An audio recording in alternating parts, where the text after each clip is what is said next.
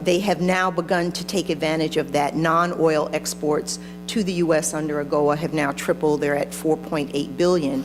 And for those of us who sort of live, breathe, eat the AGOA figures all the time, what is not known is that in areas like footwear, we're having huge increases in exports of footwear to the United States. Apparel lost a little ground because we didn't know when third country fabric would be extended, but for countries like Lesotho, we now know, looking at their numbers, that they've now come back on par with where they were in 2011, before the shaky time of third country fabric extension, and are now poised to take off again. So we do know that a lot is happening in terms of their trade. It's also been useful for the United States. Our trade and exports have also increased. But we know that there's a lot more to do in terms of AGOA. We know that what we need is a seamless renewal of it.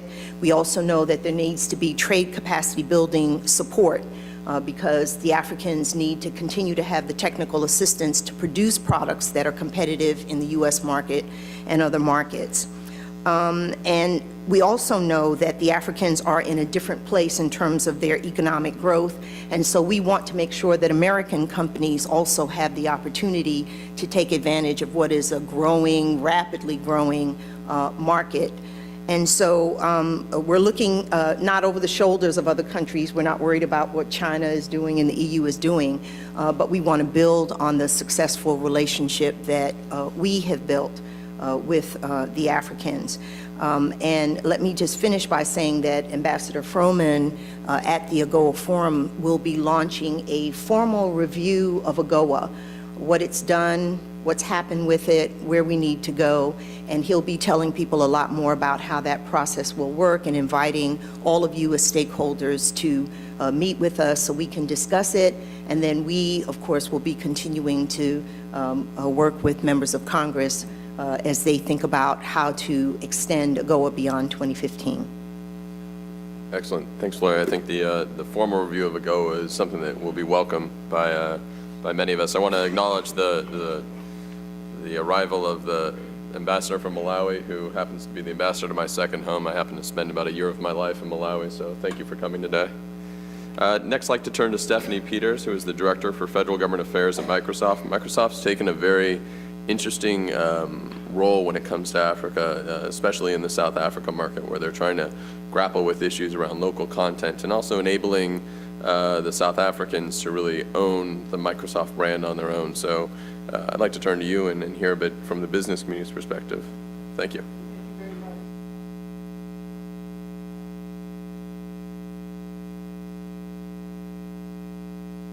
Thank you. Since she's joined Congress, I also want to thank Congressman Rangel. I was a staffer for Congressman Conyers.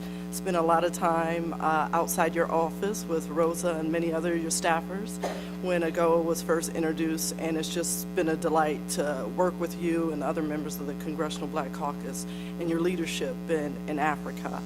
And also very proud members of the U.S. Chamber of Commerce, and look forward to continuing this partnership on our Africa initiative.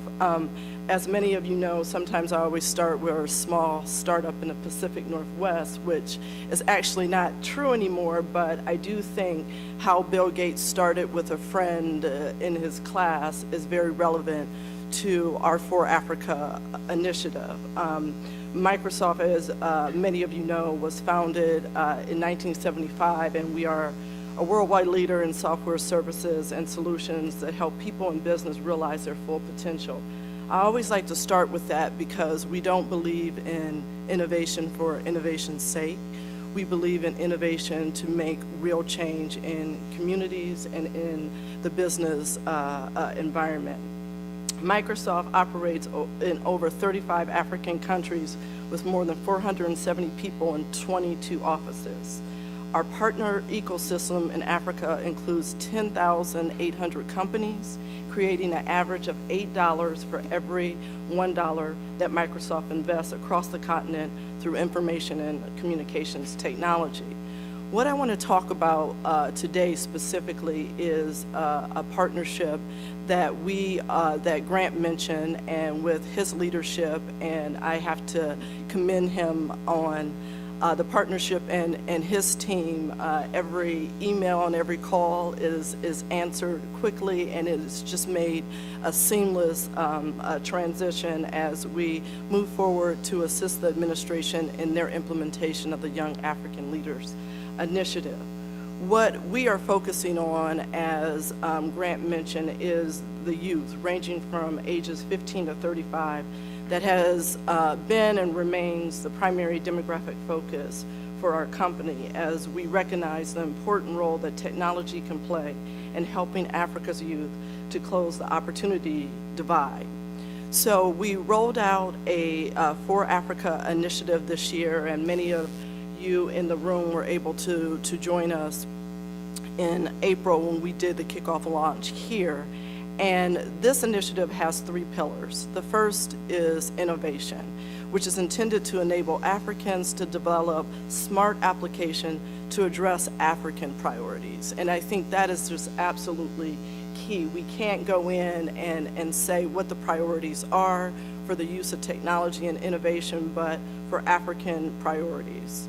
The second pillar is focused on developing world-class skills across the continent for employability and entrepreneurship. And the final pillar prioritizes access in order to provide affordable devices and free and relevant web services for small and medium enterprises. So as we propose that Microsoft should be a leader and a partner in the Young African Leadership Initiative, we wanted to focus on 4 additional areas, and those areas are assisting the embassies in identifying young leaders. We have a number of community programs, and we have noticed, and through our training programs, leaders, and we wanted to share that information. So as we develop the Washington Fellows, that we also provide individuals and candidates that we have identified. We also would like to assist the administration in building the scale. It's one of the things that Microsoft and technology companies do quite well, is taking a project from a small project and scaling it up to size. We also think we have the expertise to provide additional training, and it's training in software development, it's training in business skills, it's training in management, and would like to offer that. And then the key element is mentoring in our program, to ensure that the ongoing mentoring happens after they return back to their home countries, and they will be able to stay in touch with a mentor that we have identified in one of our African offices. So this is the program that we are working on. We were delighted that the president included Microsoft in his announcement in South Africa of the next phase of the Young African Leadership Initiative. I think many of you in the room are quite familiar with our brands, but a lot of people don't know that we also added Skype, which is another exciting brand. We also are going to roll out the new Xbox this fall, and we are a very diverse company that can connect directly with the youth of Africa, and are delighted to be part of this partnership, and I'll wait for additional questions.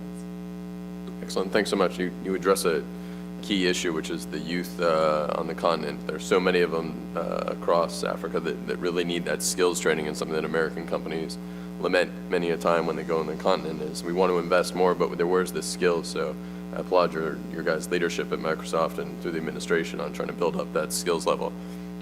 Next, I want to turn to Ambassador Adefue. He is the ambassador for the Federal Republic of Nigeria. I think he's probably one of the most active people I've ever met. We were talking just before the panel, and he was saying how it's basically every other week he's back in Abuja or Lagos, and every other week from that he's traveling around the country telling people about the real story about Nigeria, that it's a lot more complex, that it's a lot more investment friendly than folks think. So we're looking forward to hearing from you about AGOA and the impact on Nigeria.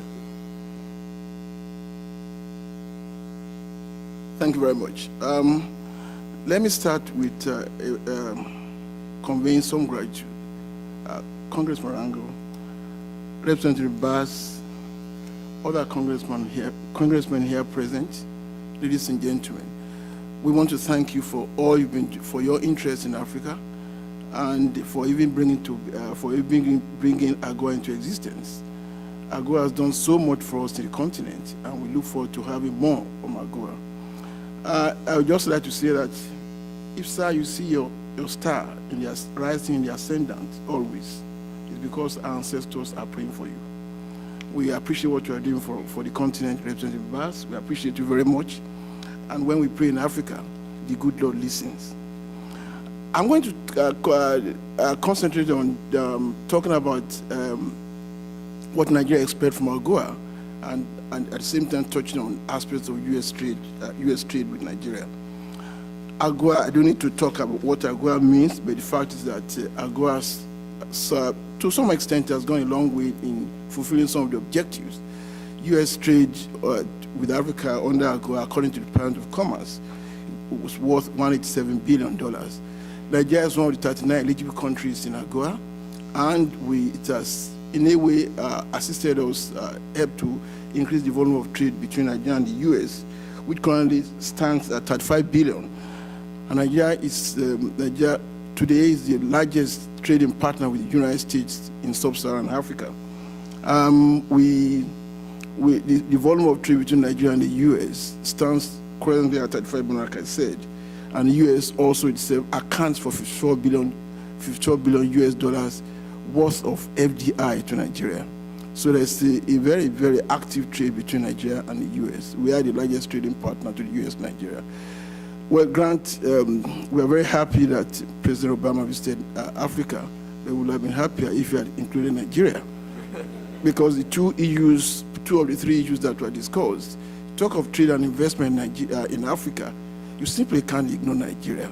We are the largest trading partner of the U.S. in Africa. We have, when you say Africa is the continent of the future, you are really talking about Nigeria. 1 out of every 6 Africans is a Nigerian, and one out of every 9 black persons in the world is a Nigerian. Talking about the youth, we have a population of 170 million Nigerians, and 25% are youth under the age of 25.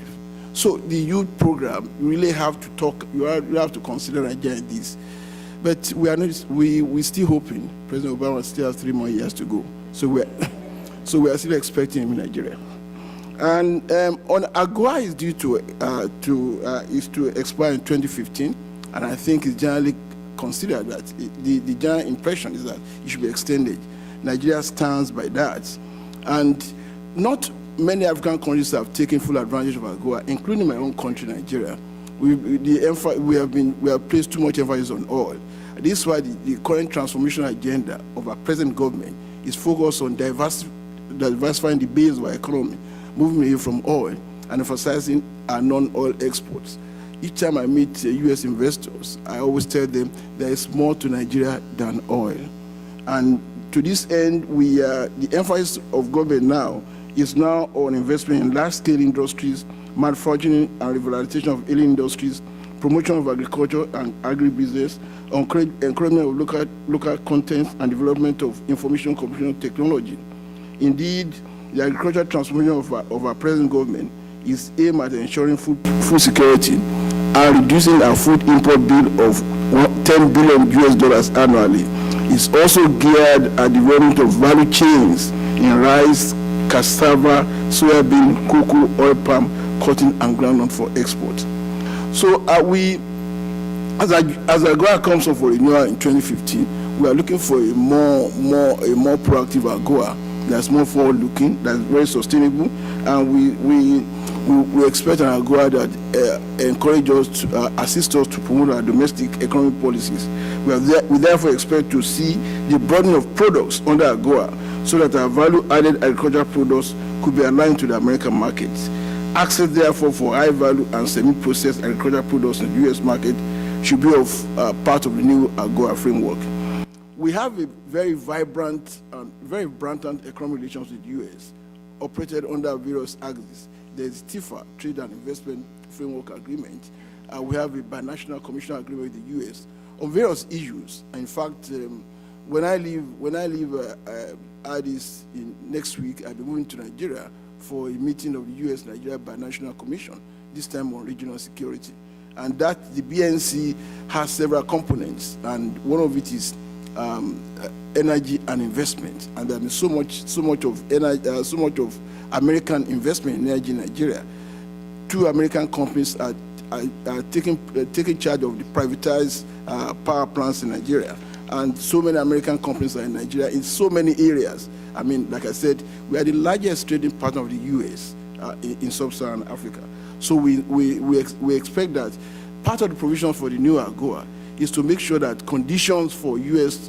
participation in Nigerian investment is intensified, and there are more market access for many of our products, particularly those agricultural products for which some high level of compliance is required by the U.S. authorities.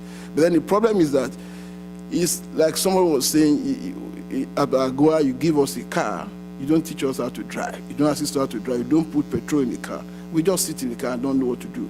There are quite a number of issues in which we require training, we require expert advice on how to be able to comply with certain provisions of AGOA. You mean I have only 1 more minute? We'll give you a little extra. Okay. Nigeria is I really want to stress by emphasizing the point that Nigeria is of serious strategic importance to the U.S. Nigeria and ECOWAS are virtually synonymous, and Nigeria runs ECOWAS. We run about 67% of ECOWAS budget, and it's a good entry point to ECOWAS, and it's very important for the American businessmen, because you simply can't beat the size of Nigerian market. You just can't beat it, and we have the size. So many companies. I've always told our American colleagues, when we privatize our telecoms industry, the American companies were given some exaggerated notions of insecurity in Nigeria, and they did not come. Those companies from Europe and even South Africa, they who came, they always say they have never made that size of profit in such a short period of time. In fact, MTN, I hope my South African colleague is here, has made so much profit in Nigeria that they are now thinking of moving their capital, their headquarters from Joburg to Abuja because of the size of the profit they are making in Nigeria. That is the attraction we are offering to the U.S. investors. And you missed the boat once when we did the communication industry. I'm glad that right now, when we are privatizing agriculture, power, and infrastructure, many U.S. companies are there. We expect AGOA to be able to facilitate this. But generally, in terms of what we expect to see from AGOA and the revitalized AGOA, our position is similar to those of many of our African colleagues. In fact, we've been meeting quite a number of times. My colleague from Mauritius, whom I call Ambassador AGOA, will have been able to say our own point of view as far as AGOA is concerned. I just mentioned two of those. AGOA should be extended beyond 2015 for a longer time, for a longer frame of 10 to 15 years, in order to give African countries reasonable time to build competitive capacity in the global market and to ensure that meaningful investment opportunities are realized. The third country fabric, renewal provision, should run concurrently with that of AGOA. Regional economic commissions, REC, should be a viable mechanism under AGOA. I have not seen so much of American involvement or adequate recognition to our RECs, our regional economic groupings. I do know that coming from ECOWAS, I'm still struggling with the State Department for an official recognition of ECOWAS as an international organization up to this moment.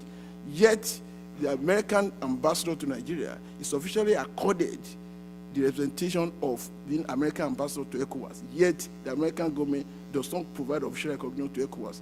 That's it's a kind of I can't really understand why this is happening.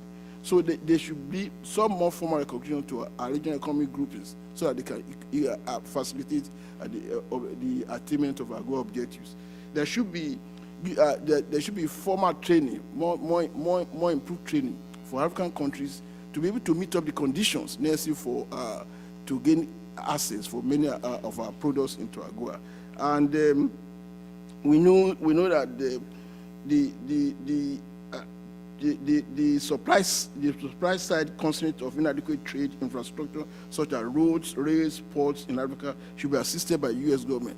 There's been a certain reluctance on the part of the U.S. government to be reluctant to cooperate with us on issue of infrastructure. But I see a change in attitude now, and that should come. In conclusion, Nigeria expects a lot more from the new and enhanced AGOA going forward. This is to be incommensurate and to reach and to match the new dynamics of Nigeria as a frontier emerging market on the international economic system. We expect that AGOA will give us much enhanced opportunity to trade with the U.S. and that eventually both Africa and the U.S. will benefit from a revitalized AGOA. Thank you. Terrific. Well, thank you, Mr. Ambassador. I just love the passion that you have for promoting AGOA, but also, the Nigeria story beyond what we know. So thank you very much for that. I'd like to recognize Representative Meeks, who just walked in the room, and invite you up to give a couple remarks before we move on with our program, if you'd like. No pressure.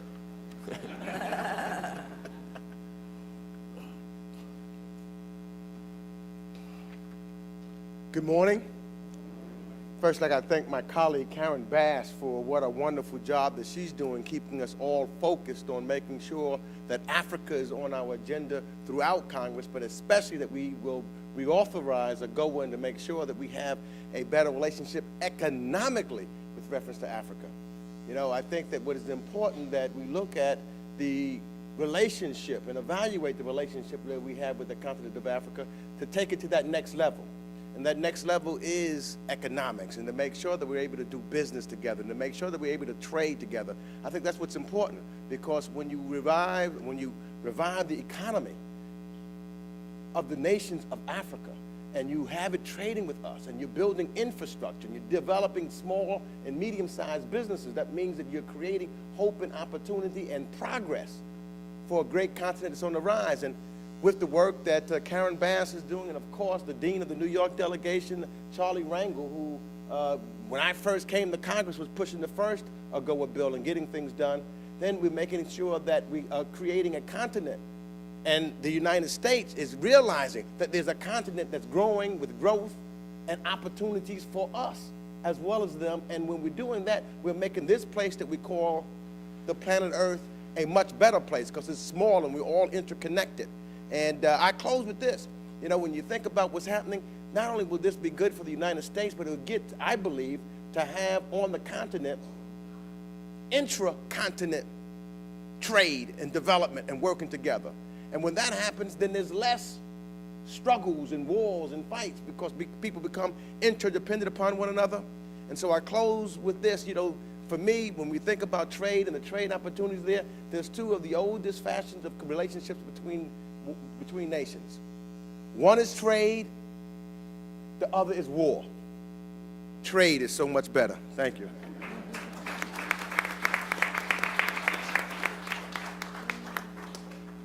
That was incredibly well said. I couldn't agree with you more.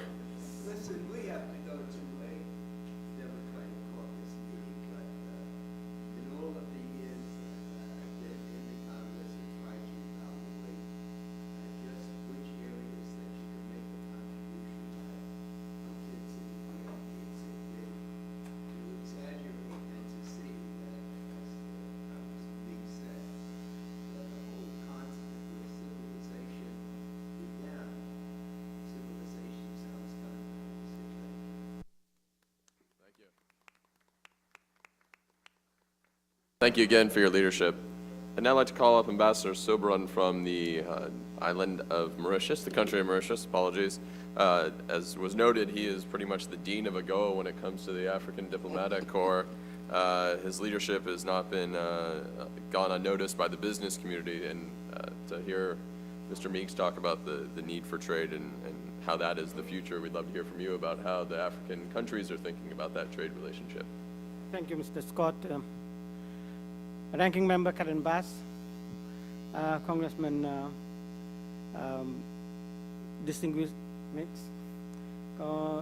distinguished panelists, my colleague ambassadors, excellencies, ladies and gentlemen, a very good morning to all of you. since we have very limited time, so I will not go into the theories and the definitions of the things. I'll go right into the crux of the matter, which is the report of the ambassadors group. But before I do that, let me at least say that this report that we submitted to Congress with Congressman Chris Smith and Congresswoman Karen Bass is first of all a result and a tribute that we have to pay to Congressman Charles Rangel, who at least a decade ago, sort of encouraged the African Diplomatic Corps to get involved to inspire some of the legislation that may be of their interest. So now, last year, we had this issue of the third country fabric provision of AGOA, and we all know how it came to be extended in the last, at the 11th hour, and we will always remain very, very grateful to Congresswoman Karen Bass and, of course, Chris Smith and all others for the leadership that they provided for the extension of the third country fabric provision. We did not want the same fate to happen for AGOA, that it is renewed in the last minute. So the ambassador decided that we need to be proactive, and in that context, we set up an AGOA ambassadors working group, which is an open-ended working group. And this open-ended working group, which is co-chaired also by my colleague from Ambassador of Ethiopia, we held 4 meetings. And we came out with the recommendation, and the recommendation are contained here. Now, the recommendations have been clustered in 6 general categories. One is enhanced political dialogue. Second is the length of time for the renewal of AGOA. We have capacity building. We have increased trade and market access, and accompanying measures, and of course, I think if I didn't say capacity building, and U.S. investment in Africa. Now, I'll just elaborate a few lines on each of them. Enhanced political dialogue. There is always a complaint at least here from the African side, that Africa is not sort of heard so much in the United States in spite of the most powerful and the vast variety of news channels that we have. What you hear of Africa most of the time are the sum of the bad things that are happening. And last time my colleague, Ambassador of Nigeria, said that bad images made good copies. So this is what most of the time we hear. There are many, many things which are coming out of Africa, and very, very positive ones, which have to be portrayed. And from that context, that enhancement in the political dialogue, we have suggested that there need to be a summit, United States President and the Sub-Saharan Africa. And we are very, very much happy that President, during his visit to Africa, has said that there will be a summit. And we just heard from Ambassador Grant as well that this summit is scheduled probably in 2014. And what we have suggested is that the AGOA Forum, the 13th AGOA Forum, which will be held here, will be an ideal opportunity to have that summit, so that also to give strength to visibility to all the things that is associated with the high-level meetings. And to follow up with that, we are saying that in view of the fact that everybody agrees now that Africa is coming up, so in order to sustain that, we are saying that that summit could be held at the intervals of every 2 years, or even what a time frame that could be done, that there is a follow-up for this summit. In addition to that, we are saying that there need to be also a congressional delegation specifically for AGOA, so as to give more visibility. Look, just Ambassador Grant said that the very fact that the president was in Africa and Power Africa with a $7 billion initial one, there is a matching already of $9 billion. This is the effect of the very fact that he's been in the continent, and that is interesting to that. I'm pretty sure that with the increase of all higher level meetings, like you said, the Treasury Secretary and other very important people, the State Secretary, more and more, I think there will be more partnership between Africa. So we lay emphasis on the enhanced political dialogue, and we say that there should be a specific congressional delegation. We know there are a number of congressional delegations go to Africa for various reasons, but one specifically for AGOA to give more impetus to AGOA. Now, as far as the length of time of AGOA is concerned, as far as the ambassadors group is concerned, and let me say that this ambassadors group, the discussion was not only amongst ambassadors. We had taken representatives from the private sector, representatives from the civil societies, we had officials from the State Department, from the USTR, and all others, so as to make it as inclusive as possible and get the views of all concerned as much as possible. So, length of AGOA, we are suggesting that it should be renewed for a minimum period of 15 years. And these 15 years have not been crafted just because we think that it should be 15 years. Because of studies that have been carried out, it has been found out that in order to bring the LDCs, which constitute 90% of the sub-Saharan African countries, you will require 20 to 25 years for them to come to a level of middle-income countries. So therefore, we have made a concession, economically or whatever it is, we have come to the conclusion that we will require at least a minimum of 15 years for an extended AGOA.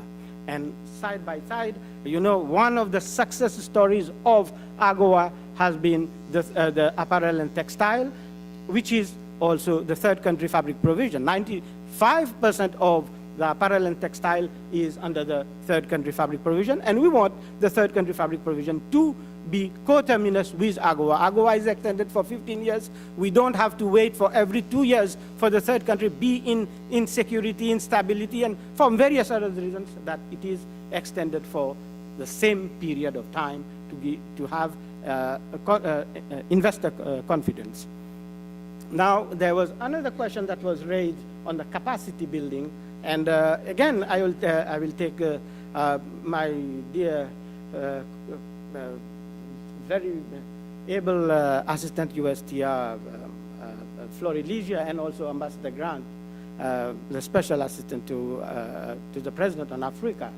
Both you have said that there is much scope for increasing the capacity building and technical assistance, and also the amount of 10 million that you just mentioned for technical assistance. We do require under the sub-Saharan Africa, and as my colleague just said, that you can't just only give the car, you don't know how to use the car. So you need infrastructure development, but less infrastructure development for the time being. The capacity building, both in terms of the how to become more compliant with the quality standards, phytosanitary, sanitary measures, and all other things that are associated, connection to business chambers, business associations, and staff to staff, African staffs who are in the trade and also interacting with the American side as well, how to better move African Growth and Opportunity Act. This is the vast potential of the African Growth and Opportunity Act. It is an umbrella. This is bringing Africa and United States in a very close partnership. I would say even the experience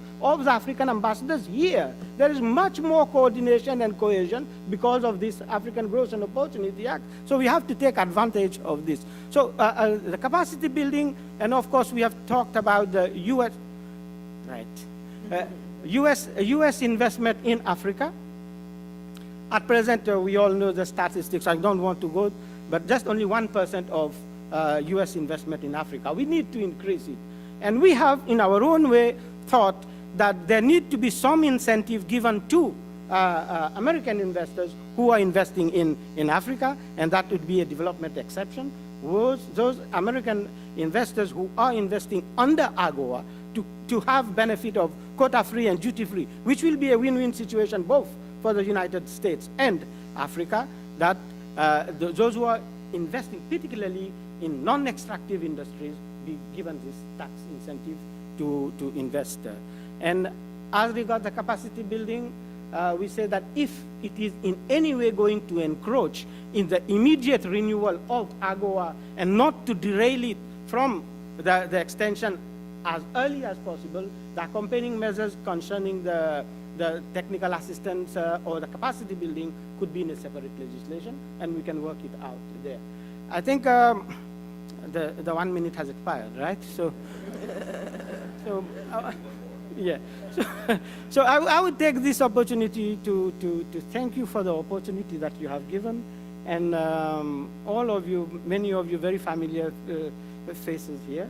And but I will take this opportunity to again sort of thank all my colleague ambassadors who have worked for these recommendations. The recommendations are contained here, and I think there was some copies there, and we will be very willing to provide you with a copy. Just write to the Mauritius Embassy or to Leadership USA Africa. Thank you very much, Mr.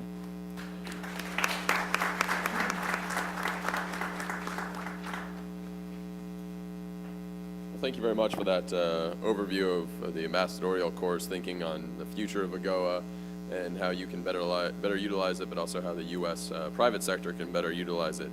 As you were talking, I thought, you hear so much about government-to-government interaction, but I think it's a good time to announce that this fall the Chamber will be organizing the Africa Coalition for Trade, or ACT, where we'll bring together all the business groups in Washington and all the business players to really address both AGOA and regional investment treaties and the like, so that we can have a succinct voice when engagement, so you don't hear from 1,000 voices, but you hear from one strong business community voice.